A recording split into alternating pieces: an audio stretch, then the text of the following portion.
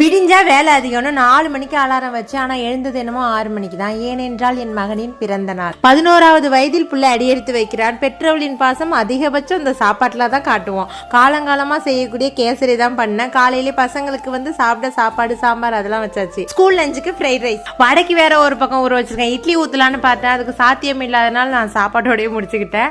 கேசரி செய்யும் போது இந்த மாதிரி ரவாவை நெய்ல வறுத்து போட்டா சூப்பரா இருக்கும். அது மட்டும் இல்லாம குக்கர்ல நம்ம செஞ்சோம்னா இந்த கைப்பிடி இருக்கிறதுனால பிடிச்சிக்கிட்டு இப்படி கிண்டுறதுக்கு ஈஸியா இருக்கும். ட்ரை பண்ணி பாருங்க. எண்ணெய் செட்டில் பிடிச்சிக்கிட்டு போனா அது ஒரு பக்கம் போகும், நம்ம ஒரு பக்கம் போக வேண்டியதான். கொஞ்சம் குவான்டிட்டி அதிகமா பண்ணா எண்ணெயும் சேர்த்துக்கலாம். நான் கொஞ்சம் எண்ணெய் சேர்த்துக்கிட்டேன். இது 1/2 கிலோ அளவுக்கு பண்றேன். அப்புறம் முந்திரி திராட்சை இதெல்லாம் கொஞ்சம் அதிகமாவே சேர்த்துக்கிட்டேன். ஏன்னா பசங்க ஸ்கூலுக்கும் கொடுத்து விடணும். எல்லா தாய்மார்களுக்குமே தன்னோட குழந்தை ஒரு மிகப்பெரிய வரம் தான். ஒரு குழந்தை கையில பொம்மையை கொடுத்து விளையாடுன்னு சொன்ன மாதிரி அப்ப இவனை ஒரு 7.5 மாசத்து குழந்தைய வச்சுக்கிட்டு நான் உருட்டு திரட்டு மூக்கு இப்படி இருக்கணும் நாக்கு இப்படி இருக்குன்னு பிடிச்சி விட்டு குளிப்பாட்டு தெரியாம போட்டு தண்ணியில அமுக்கி போற ஏறி அதெல்லாம் நினைச்சு பார்த்தா இப்போதான் சந்தோஷமா தான் இருக்கு. பொம்பளை பிள்ளை காலையில இருந்து கண்ணு கலங்கினபடியா சோகத்துலதான் அழுந்திருக்காங்க. அது என்னன்னே எனக்கே கண்டுபிடிக்க முடியல.